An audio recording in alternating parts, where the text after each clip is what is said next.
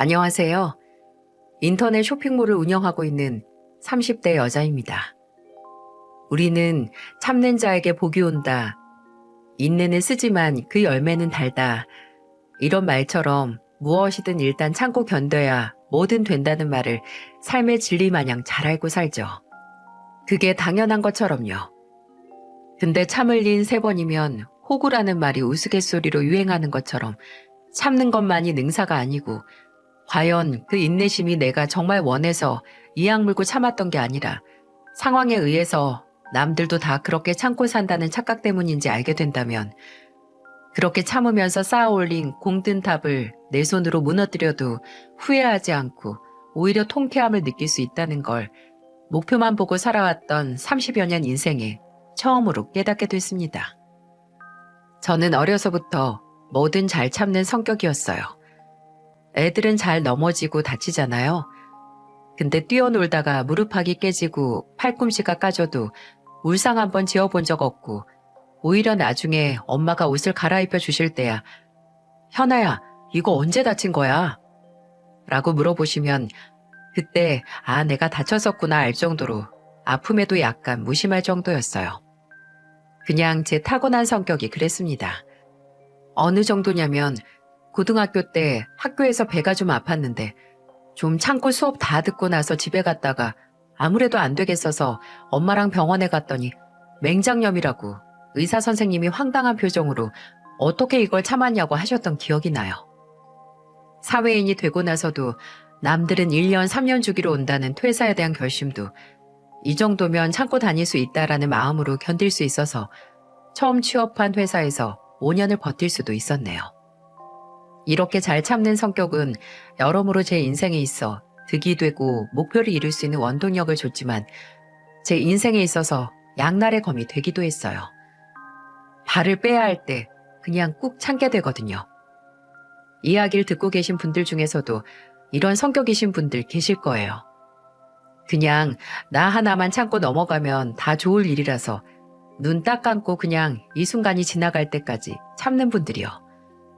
그럼 주변 사람들은 편하지만 참는 저는 남들의 몇 배는 지치곤 합니다. 그런 제 지친 마음을 알아줬던 게 바로 연애하던 시절의 남편이었어요.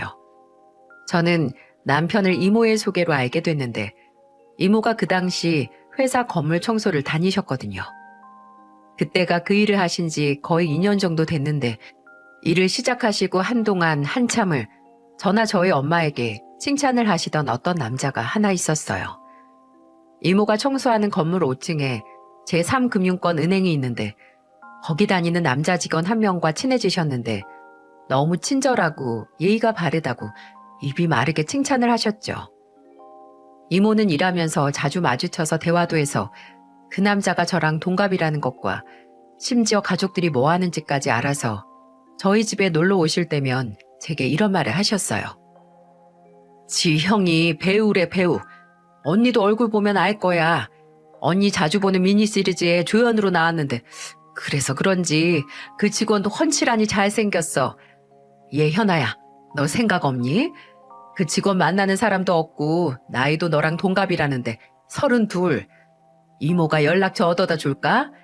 이모가 그냥 지나치기 너무 아까운 사람이라 그래. 이모한테 주책이다. 괜히 그 직원 불편하게 하는 거라고 웃어 넘겼는데 며칠 뒤 이모가 진짜 그 직원의 연락처를 알아오신 겁니다. 실행력이 장난 아니죠? 이모는 의기양양한 얼굴로 그 직원에게 제 사진을 보여주면서 이번에 회사에서 승진해서 대리 달았다고 내 조카가 아니라 남이어도 괜찮은 아가씨라고 소개시켜준다고 하셨다고 해요.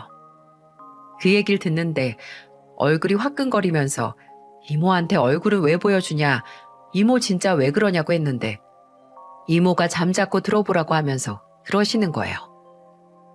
그 총각이 지만 네 사진 보는 게 불공평하다고 너도 본인 사진을 꼭 봐야 하지 않냐면서 이모한테 지 얼굴 찍어가라고 했어. 이것 봐, 깔끔하게 잘생겼지.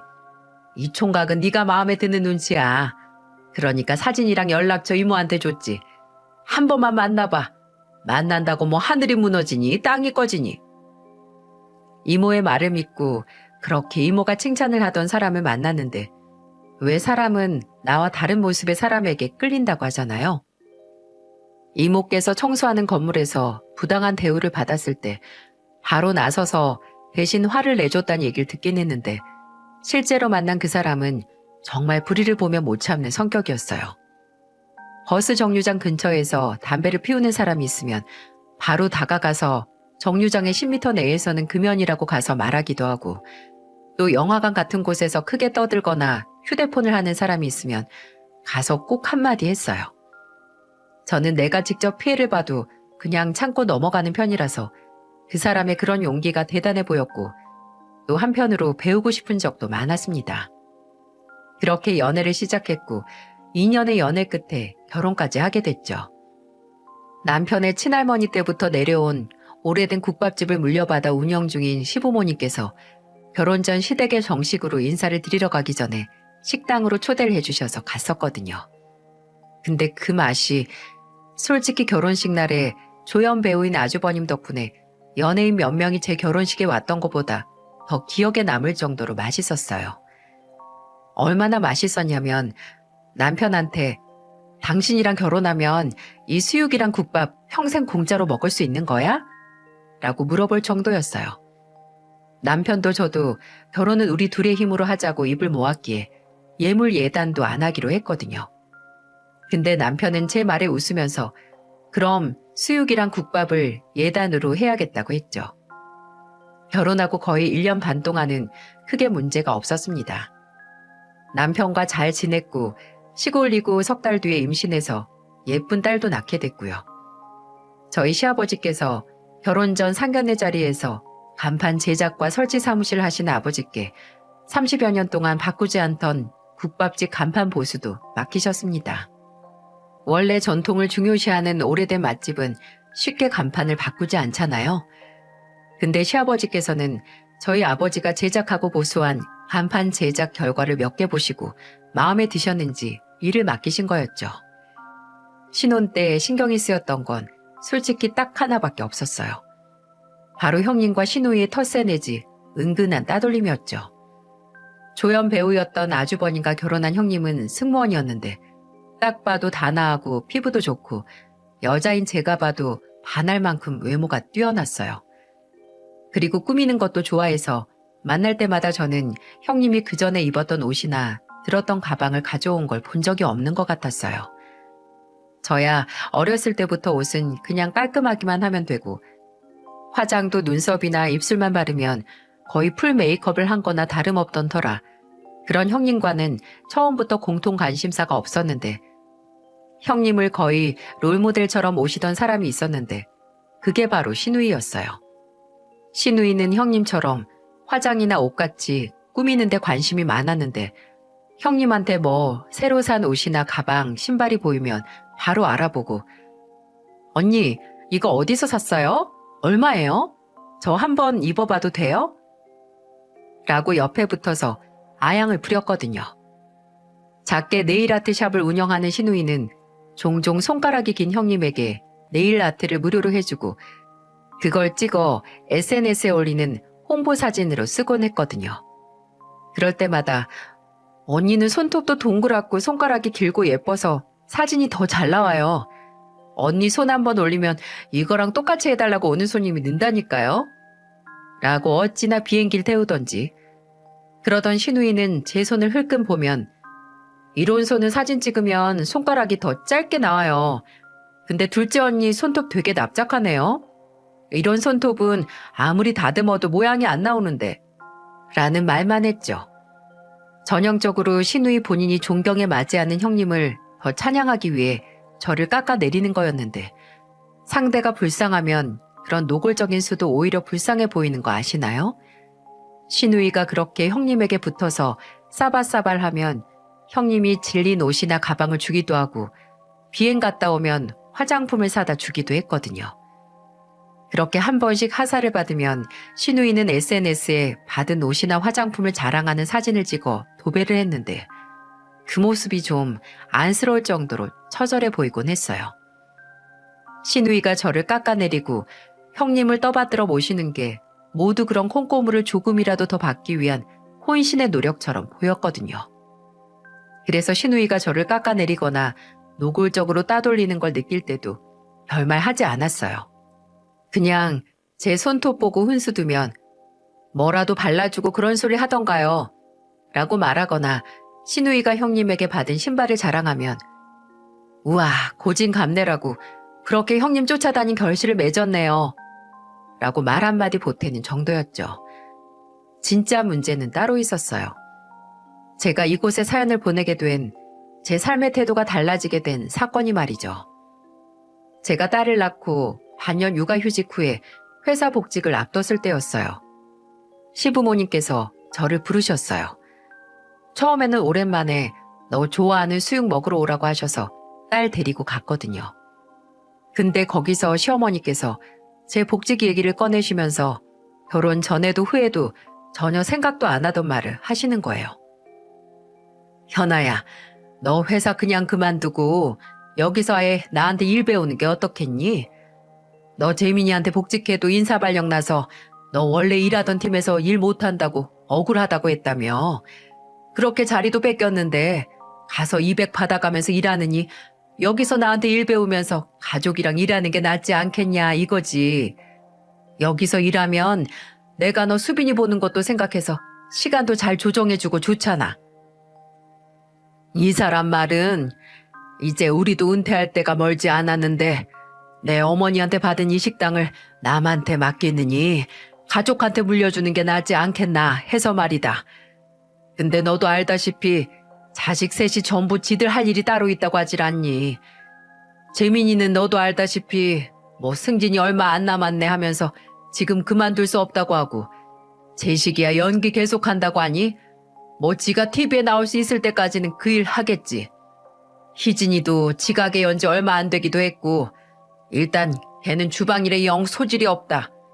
근데 현아 너는 우리가 오래 본 건 아니지만 그동안 봐왔던 것만 해도 손도 빠르고 야물딱지고 무엇보다 끈기가 있어서 일을 믿고 맡길 수 있을 것 같아서 너한테 제안을 해보려고 부른 거다. 그래 현아야, 더도 말고 덜도 말고 딱 5년만 내 밑에서 일 배우면 우리가 이 식당 너한테 주고 갈게. 나나 이 사람은 은퇴하면 서울 생활 싹 정리해서 저 양평이나 멀면 강원도에 전원주택 짓고 남은 인생 보낼 거야. 그 후로는 식당에는 아예 신경도 끌 건데 그럴 거면 너한테 믿고 맡길 정도는 전수를 해주고 가야 하지 않겠나 싶어서. 물론 파격적일 정도로 좋은 제안이었죠. 동네 소문난 맛집을 자식이 아닌 며느리인 제게 물려주신다니 얼마나 고민을 많이 하셨겠어요.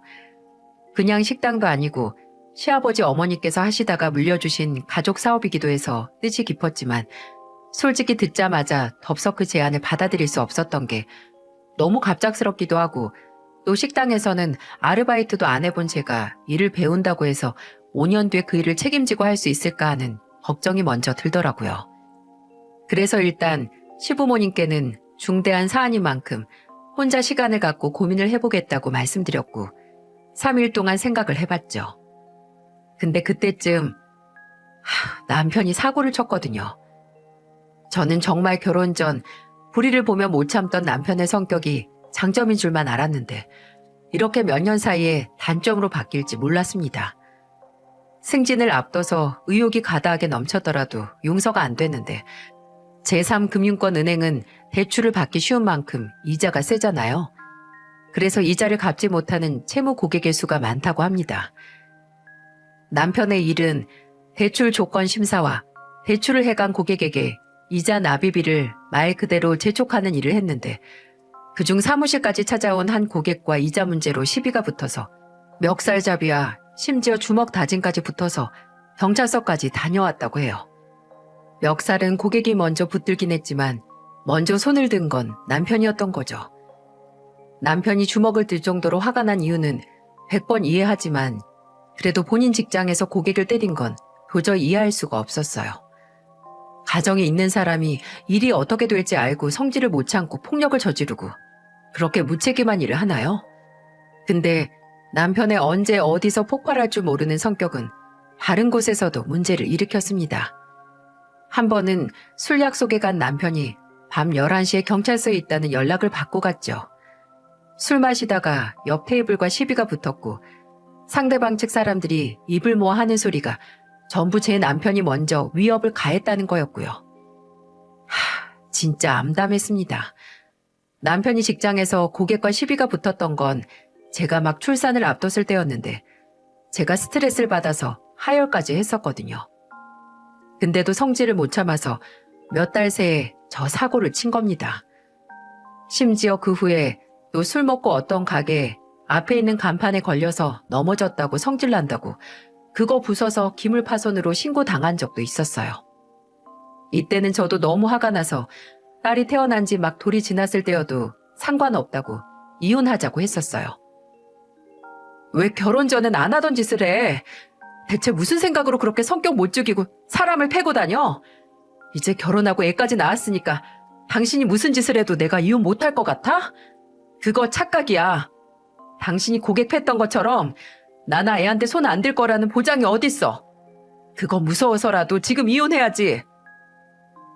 이때 남편은 무릎 꿇고 4일 동안 단식 투쟁까지 하면서 저한테 싹싹 빌었어요.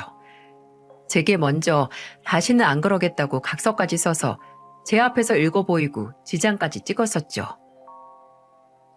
나 김재민은 오늘부로 그 어떤 폭력 사건에 휘말리거나 사건을 일으키지 않는다.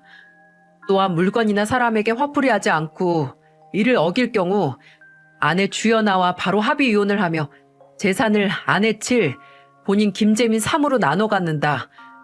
그리고 딸 김수빈의 양육권 또한 아내 주연아에게 단독으로 일임한다. 솔직히 각서를 쓰든 지장을 찍든 저도 압니다. 사람은 고쳐 쓰는 게 아니라 골라 쓰는 거라고요. 하지만 그때는 남편이 나나 아이 앞에서는 폭력적인 모습을 보이지 않았기에 최소한 개선의 여지는 있을 거라고 믿었어요. 본인도 그러겠다 다짐했고 저는 아이가 태어난 지 1년도 안 돼서 아이를 이혼한 부모 아래서 자라게 하고 싶지 않았거든요. 그래서 그저 제가 처한 상황에서 최선의 선택을 할 수밖에 없었죠. 저는 남편에게 다시 기회를 줬지만 그래도 남편이 저지른 일로 봐서는 남편이 그때 일했던 직장에서 오래 일할 수 없을 거라는 생각이 들더라고요. 고객을 때린 인간이 어떻게 그 일을 오래 할 수 있겠어요? 그리고 어떻게 승진을 하긴 했지만 승진한 후로는 아예 밖으로 영업까지 돈다며 수금 비슷한 일까지 해서 퇴근도 늦어지고 주말에도 업무가 있어 나간다는데 전망이 긍정적으로 보이지 않은 건 당연한 거였죠.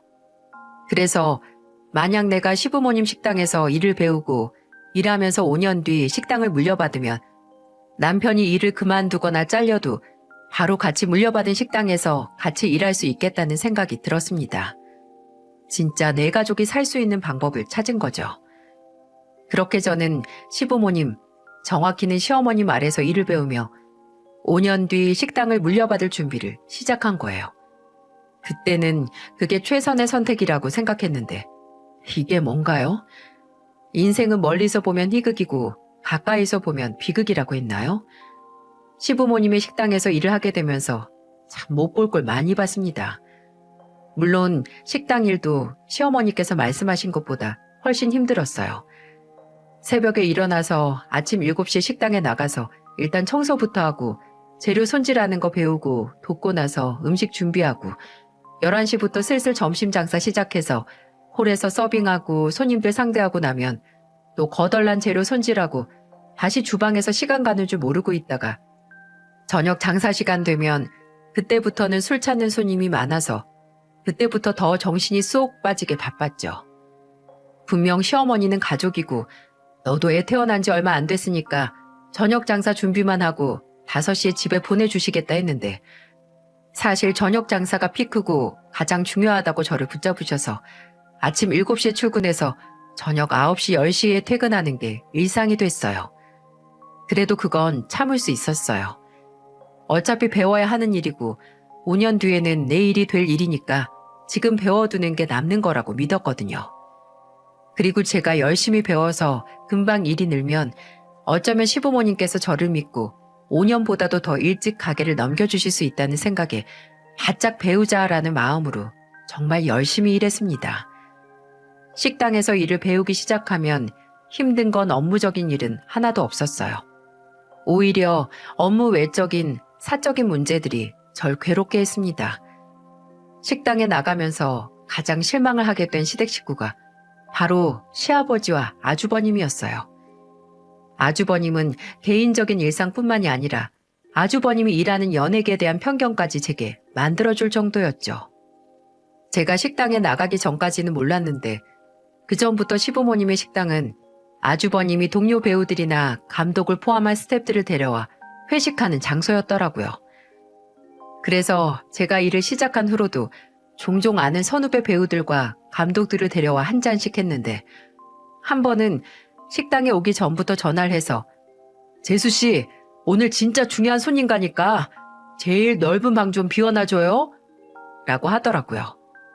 그래서 저는 일단 알겠다고 하고 남아있는 넓은 방에 식탁 세팅하고 기다렸는데 식당에 온 아주버님은 나이 지긋해 보이는 남자분을 예전에 같이 일했던 감독님이라고 소개하더라고요. 그래서 인사하고 맛있게 드시고 가라고 했는데 한참 아주버님이 그 감독이란 사람하고 국밥에 수육 잔뜩 시켜서 술을 마시고 있었는데 벨로 저를 불러서 소주랑 맥주를 더 가져다 달라고 했거든요. 그래서 술 가져다 주고 나오려고 하는데 그 감독이란 사람이 제게 말을 거는 겁니다. 우리 재수 씨가 마스크가 아주 좋네. 나이가 몇이라고 했지? 처음 보는 사이에 반말로 심지어 얼굴에 대해 함부로 입을 연다는 게 황당하고 기분이 나빴지만 아주버님의 중요한 손님이기도 하고 술 취한 사람한테 무슨 말을 하나 싶어서 참고 그냥 먹을 만큼 먹었어요. 라고 했어요. 근데 이 인간이 작정을 하고 헛소리를 하기 시작하는 겁니다. 뭐 마스크는 좋은데 TV 나오려면 살을 더 빼야 하고 목소리가 좀 앵앵거리는 것 같다. 이딴 소리를 하다가 끝내 제게 일단 그러지 말고 옆에 앉아서 술이나 따라봐. 나는 막말을 한 거죠.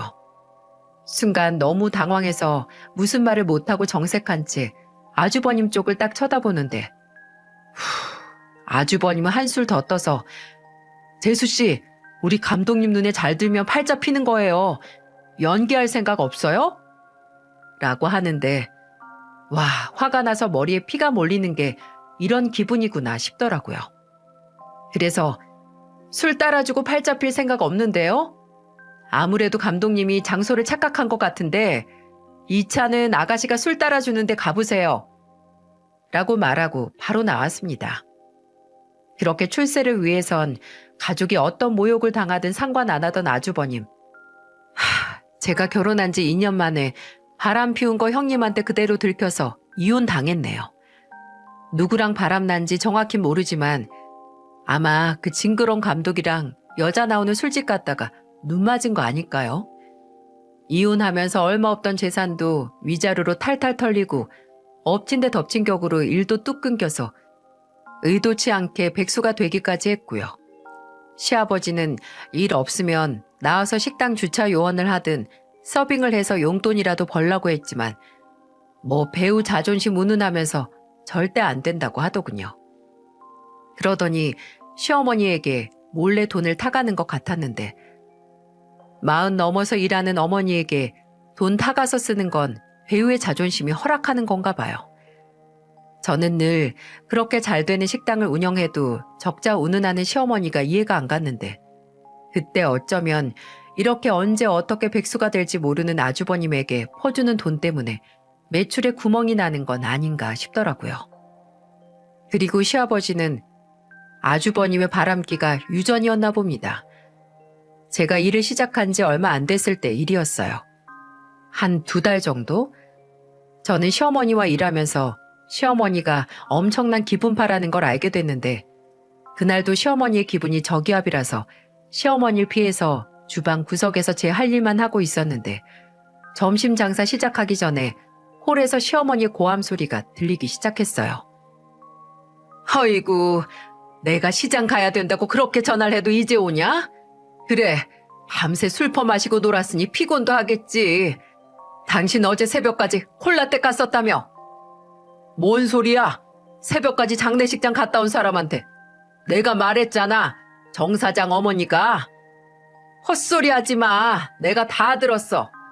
명진이 엄마가 친구들이랑 어제 종로 갔다가 당신이 어떤 여자랑 콜라텍에서 나오는 거 다 봤대. 그러고 싶냐? 어? 나이 처먹고 친구 어머니 죽었다는 말까지 해가면서 여자 끼고 놀고 싶어? 아 진짜 목소리 안 죽여? 여기가 어디라고 그렇게 고래고래 소리 지르고 있어 이 여자가. 왜? 창피한 줄 모르고 한 거 아니었냐? 네가 그 나이 먹고 콜라텍에서 여자랑 노는 건 안 창피하고 아내가 소리 지르는 건 창피해 인간아? 와장창 하는 소리와 함께 메뉴판이 시아버지가 앉아있던 테이블 위 양념통을 맞고 떨어졌어요. 영문을 모를 일이었죠. 콜라텍은 웬 말이며 여자는 또 뭐냐고요?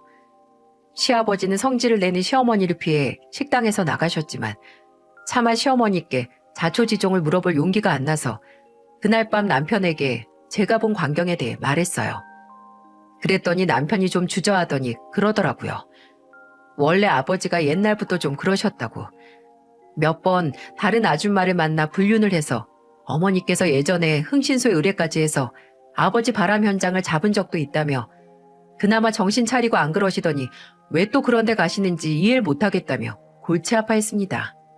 충격적이었죠. 시아버지는 가족이나 시어머니께 꽤 다정한 분이셨거든요. 참 모를 일이었습니다. 요새는 등산이 아니라 서울 곳곳에 남아있는 콜라텍이 중년들에게 불륜에 성질하더니 남편 말처럼 시아버지의 나쁜 습관이 좀 고쳐지나 했는데 다시 시작된 바람기는 시어머니를 고통스럽게 했습니다. 그런 시아버지와 부부로서 엮여서 사는 시어머니가 안타깝고 여민이 다 느껴지더라고요. 근데 마냥 동정만 할 수 없는 게 시아버지와 조금만 사이가 틀어져도 시어머니는 그 화풀이를 식당에서 특히나 제게 풀기 시작하셨거든요. 시어머니가 그 전날 시아버지와 무슨 일이 있었는지에 대한 여부는 아침에 식당에 출근하자마자 바로 알 수 있었어요. 너는 꼭 그렇게 머리를 묶어야 하니? 뒤통수도 납작하면서 더 납작해 보이는 게 그게 뭐니? 네, 기분이 안 좋으면 이렇게 정말 아무것도 아닌 걸로 시비를 걸면서 하루를 시작하셨어요. 또 분명 시어머니 레시피 그대로 반찬을 만들어도 기분이 나쁘면 한 입 맛보고 바로 눈앞에서 뱉으면서 대체 지금까지 뭘 배운 거냐고 네가 이런데 5년 뒤에 내가 믿고 맡길 수 있겠냐며 그렇게 절 잡들이를 하셨습니다. 한 번은 제가 석박지를 만들었는데 먹어보시고 너는 네 돈으로 재료 안 사서 아깝지도 않니? 이제 나의 재료를 버리러 여기 오는 거야? 하시는 거예요. 도저히 못 먹겠으니까 절대 손님상에 드리지 말고 죄다 버리라는 시어머니. 근데 제 혀가 잘못된 건지 맛에는 아무런 문제가 없었거든요. 같이 일하시는 주방 이모님도 제게 와서 왜 저러시는지 모르겠다고 석박지 맛만 좋다고 하셨고요.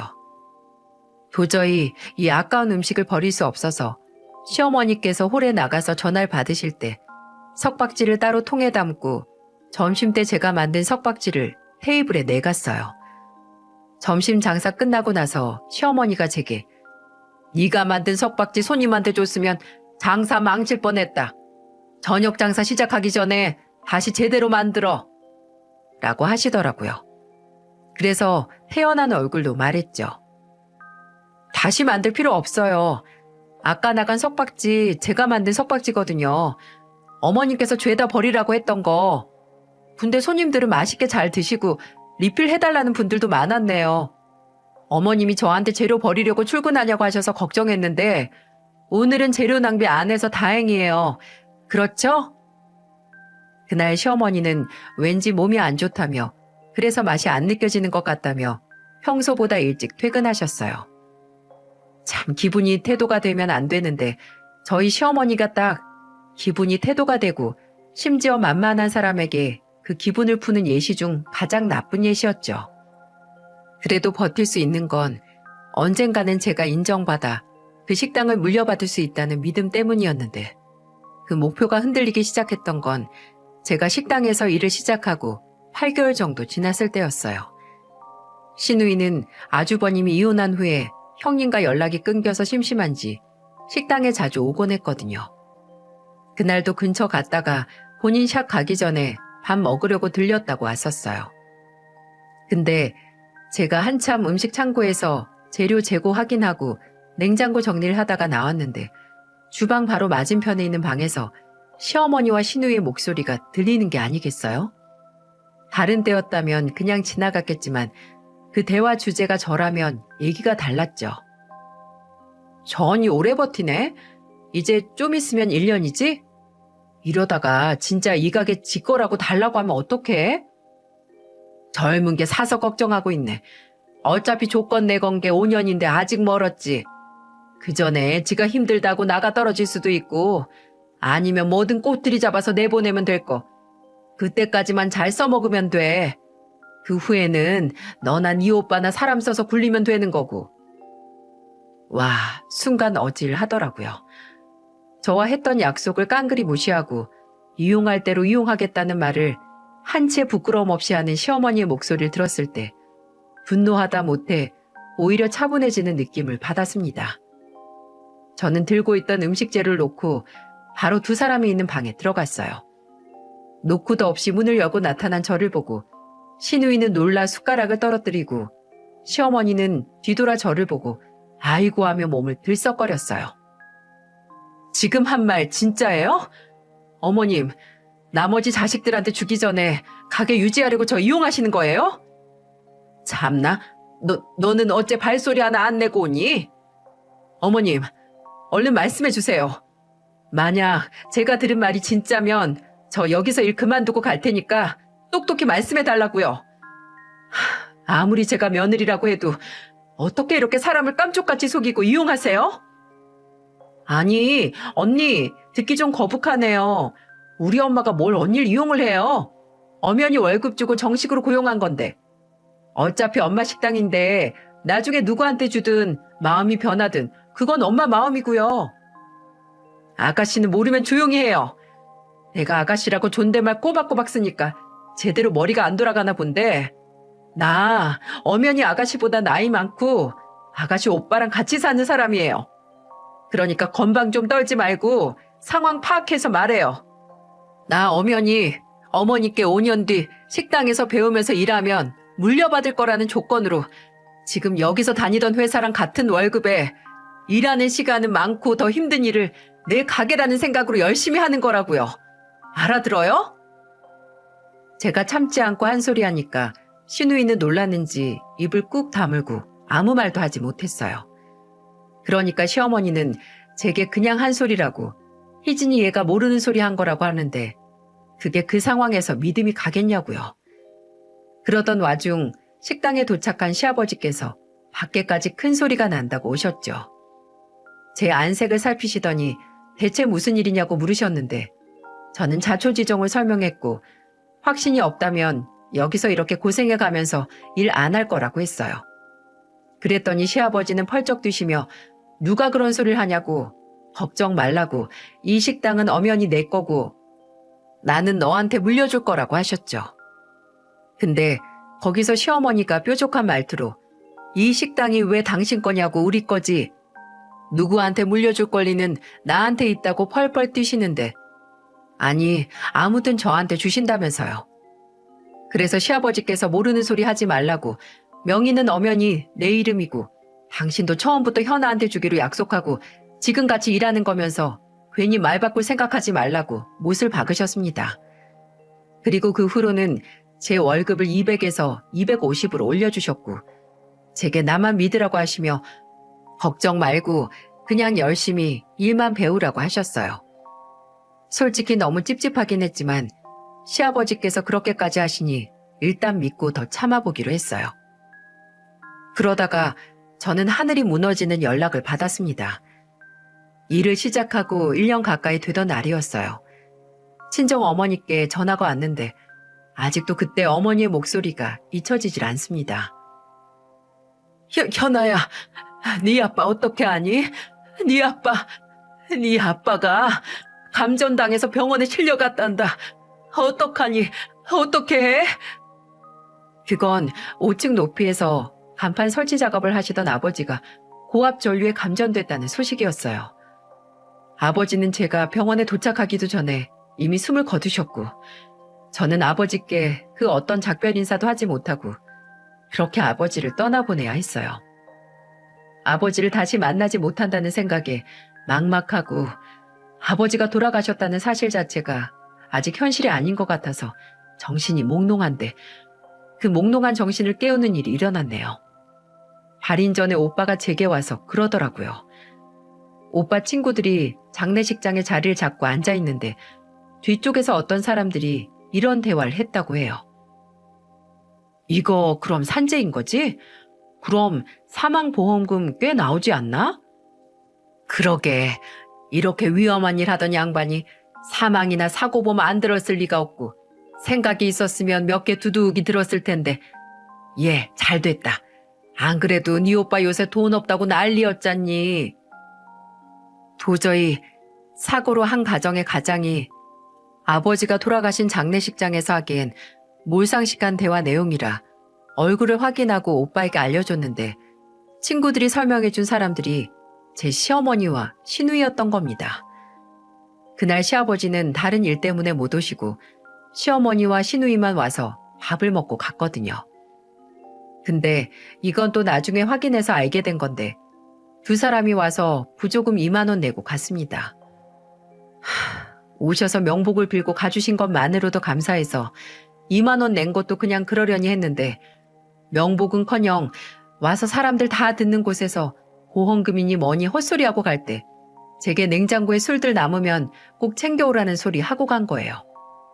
너무 화가 나고 그냥 넘어갈 수 없어서 아버지 장례식이 끝나고 처음 식당에 나갔을 때 시어머니께 따져 물었습니다.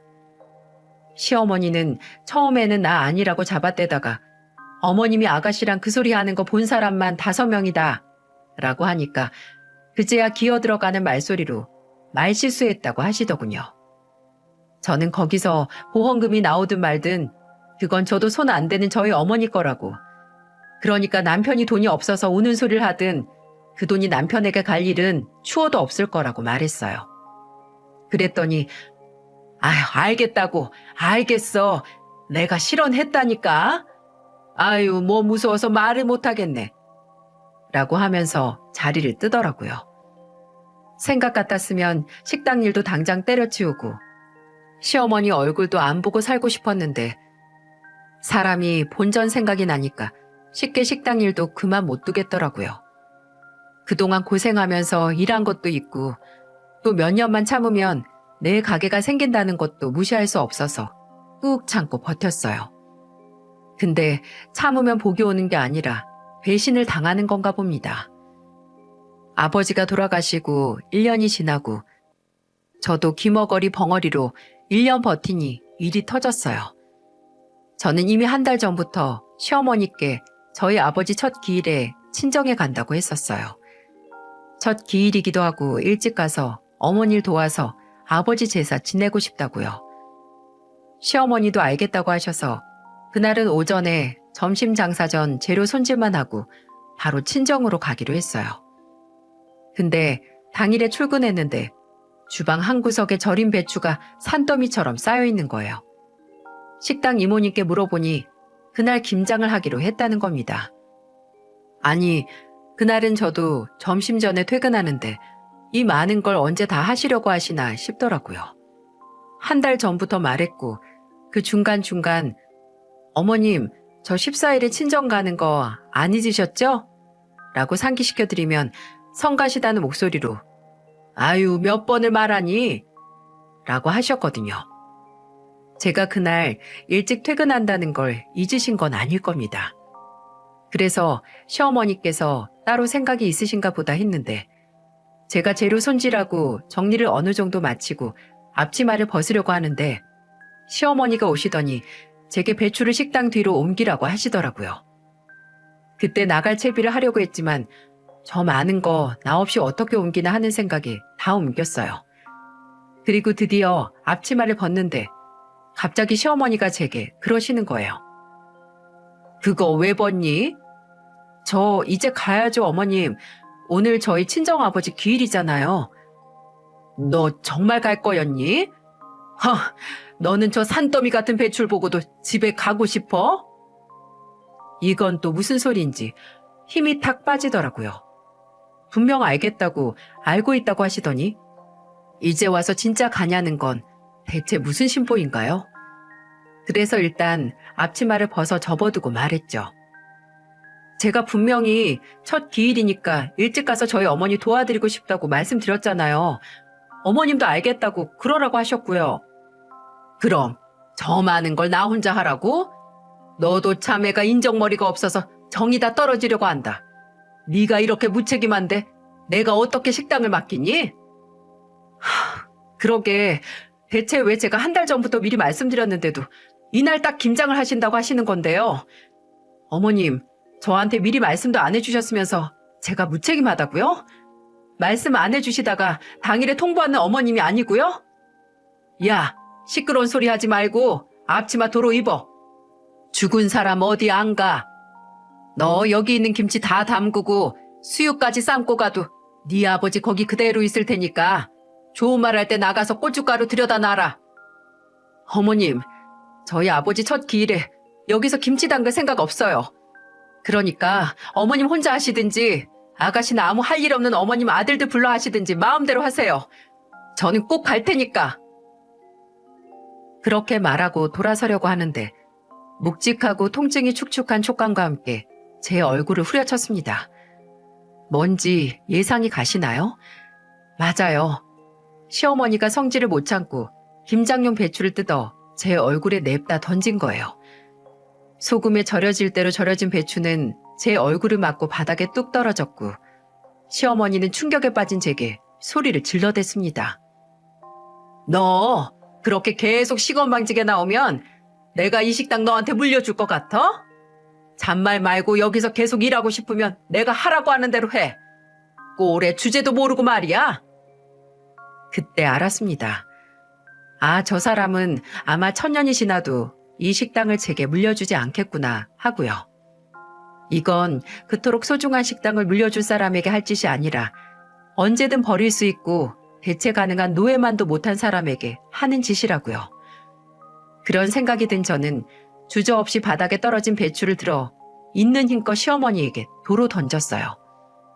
제 행동을 예상도 하지 못해서 미처 피하지 못한 시어머니는 그대로 앞면으로 제가 던진 배추를 받아야 했습니다. 배추가 천천히 떨어지고 드러난 멍청해 보이는 시어머니에게 저는 말했어요. 이딴 식당 안 받고 말 테니까 배추로 김치를 하든 저글링을 하든 마음대로 하세요. 어차피 나한테 이 식당 줄 생각도 없었잖아요. 안 그래요? 나는 그냥 이용할 대로 이용하고 부려먹을 대로 부려먹을 며느리니까. 근데 언젠가 그쪽도 나처럼 팽당할지 모르니까 조심하세요. 알죠? 이 식당 명이 당신 거 아닌 거. 지금은 당신이 왕처럼 있을지 모르지만 이용같이 떨어지면 이 배추 마냥 뜯어져 버려질 테니 마음의 준비 단단히 하시라고요. 아시겠어요? 그렇게 말하고 저는 식당을 나왔습니다. 그리고 그날이 거의 2년 동안 버티고 버텼던 식당에서의 마지막 날이었어요. 친정에 갔을 때 시어머니뿐만 아니라 이미 시어머니에게 무슨 말을 들었는지 남편에게도 전화가 왔지만 받지 않았어요. 하도 웽웽 울어서 휴대폰을 꺼두고 저는 제 가족과 저희 아버지의 첫 기일을 지냈습니다. 그날은 아예 친정에서 자고 다음날 집으로 갔는데 남편이 있더라고요. 그날이 평일이었는데 왜 남편이 집에 있었냐고요? 그 인간 이미 다른 고객에게 고소당해서 회사에서 권고사직을 당했거든요.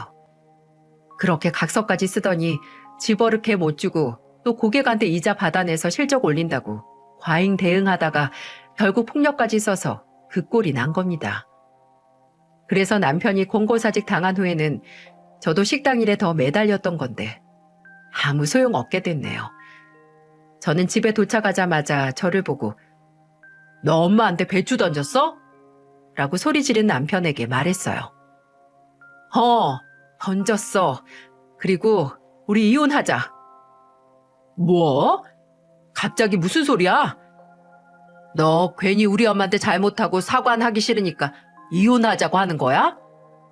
아니, 이제 당신이나 당신 가족들한테 진절머리가 나서 이혼하자는 거야.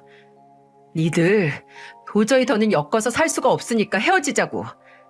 식당 물려준다는 말 담보로 신나게 부려먹다가 며느리가 친정아버지 첫 기일에 집에 간다고 하니까 바로 배추 던지는 시어머니. 너는 말이 된다고 생각하니? 그리고 너도 마찬가지야. 너 분명히 말했지? 2번 다시 폭력사건 일으키면 바로 끝이라고. 그래도 나는 당신 회사 잘리고 나서 나라도 식당에 붙어 있으면 어머님 아버님 은퇴하신 후에 우리가 먹고 살 식당 생기는 거니까 참으려고 했는데 당신 엄마가 도저히 날 도와주질 않네. 이제 나도 지쳤고 더 이상 참고 살고 싶지도 않으니까 그만하자. 어? 남편은 당연히 무슨 말도 안 되는 소리냐고. 회사 일은 본인이 미안한데 그래도 이혼은 아니라고 하며 저를 붙잡았습니다. 하지만 지칠 대로 이미 지치고 마음 정리까지 그 전날 아버지 사진을 보며 끝낸 제게 남편이 늘어놓는 변명과 사과의 말은 닿지 않았어요. 씁쓸하지만 당연히 남편이 썼던 각서는 법적 효력을 갖고 있지 않아서 그렇게 저는 이혼 소송을 준비했고요. 근데 그 각서가 제게 도움이 되긴 했어요. 남편이 자신의 폭력 문제를 인지했음에도 이를 개선하지 않고 또다시 문제를 일으켜 해고까지 당했다는 게 유책 사유로 인정이 됐거든요. 아예 없는 것보다는 훨씬 도움이 됐죠. 재산까지 분할해서 이혼 후 저는 딸을 데리고 친정으로 들어가 어머니와 함께 생활했습니다. 전 남편은 바로 딸에 대한 면접 교섭권을 신청했고요.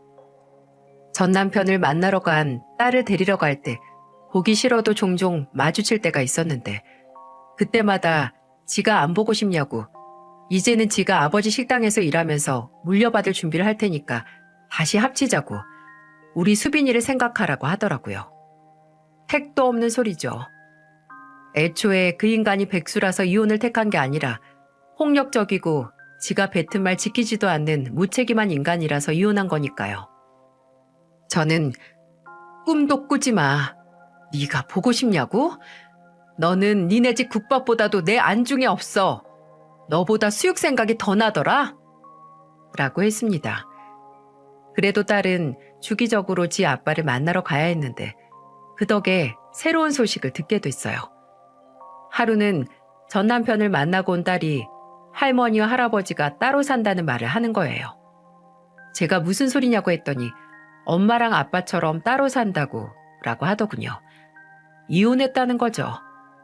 안 그래도 전 남편이 왜 늘 그렇듯 부모님 식당이 아니라 아버지 식당이라고 했나 싶었는데 정확히 알 수 없지만 저희가 이혼하고 나서 얼마 지나지 않아서 시부모님도 이혼을 하고 식당은 시아버지께서 운영하기로 했나 보더라고요.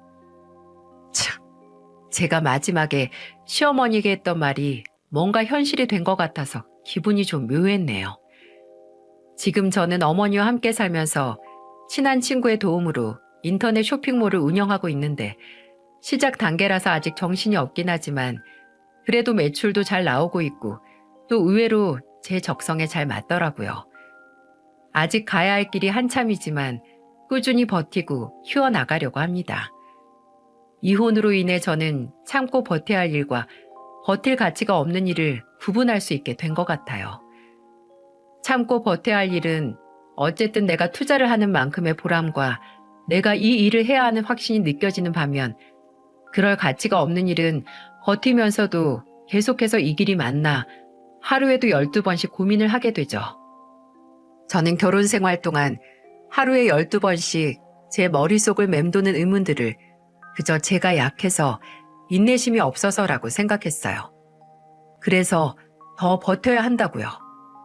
하지만 그건 더 빨리 나야 하는 가치가 없는 일이었습니다. 그걸 버틴 제 노력과 시간이 당연히 아깝긴 하지만 그래도 사람이 평생 가지고 살았던 신념이나 습관을 바꾸기가 참 어렵잖아요. 근데 그걸 바꿀 수 있었으니 인생의 큰 수업료라고 치고 앞으로는 이런 일이 내게 그리고 제 딸에게 일어나지 않게 수업료값 톡톡히 하며 잘 살아야겠습니다.